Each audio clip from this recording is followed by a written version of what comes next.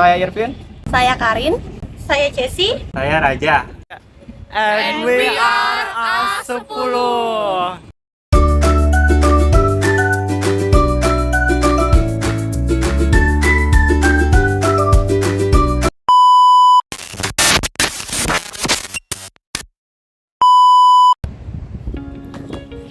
Halo guys, pernah nggak sih kalian dengar kata rem?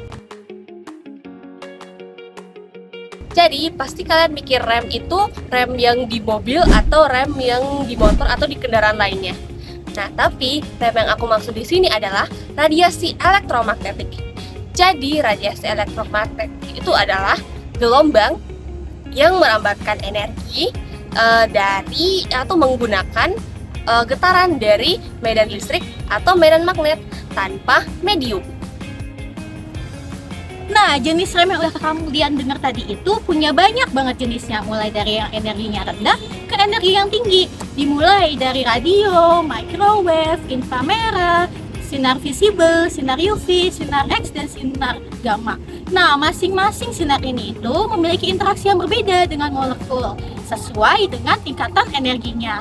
Di mana sinar X dan sinar gamma yang memiliki energi paling tinggi itu mampu memutus ikatan dan juga berionisasi. Kemudian energi yang di bawahnya yaitu sinar UV dan sinar visible itu mampu mengalami transisi elektronik dari energinya rendah ke energinya yang tinggi.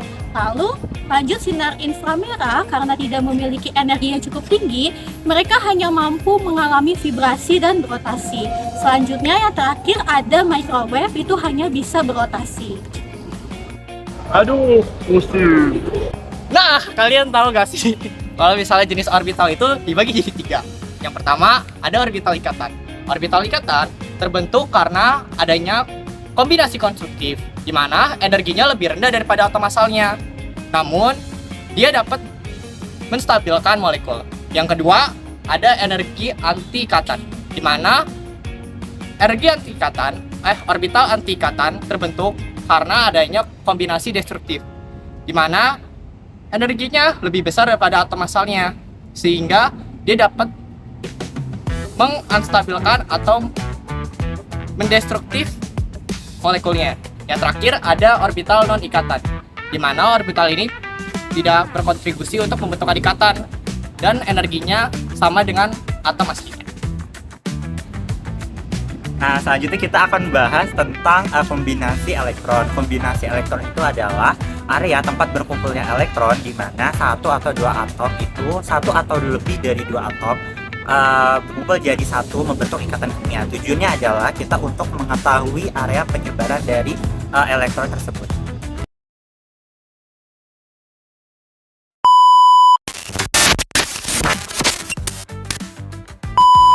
Nah, selanjutnya kita akan membahas tentang spektrofotometri. Sebelumnya, apakah teman-teman tahu apa itu spektrofotometri?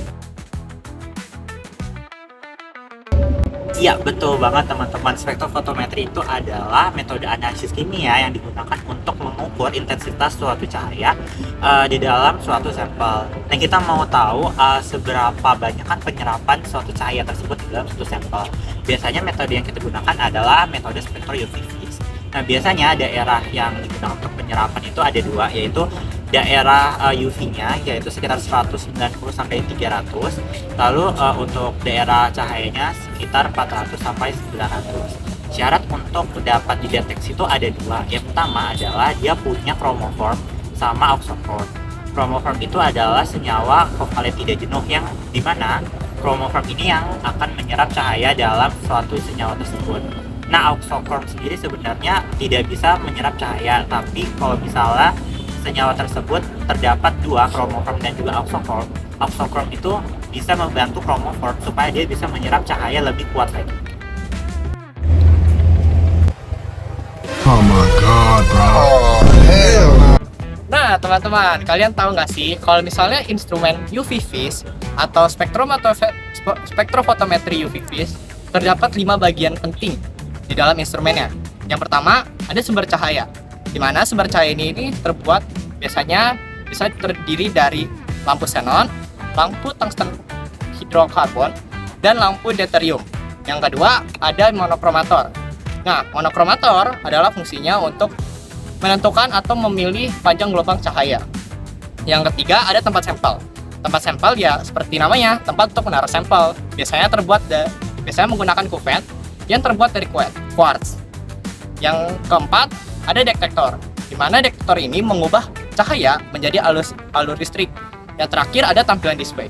Nah, tampilan display ini biasanya untuk kita melihat gelombang cahayanya. Nah, di sini itu terdapat 4 jenis gelombang cahaya yang bisa dimunculkan oleh display ini. Yang pertama ada baktrokromik, hiperkromik, hipokromik, sama hypsokromik.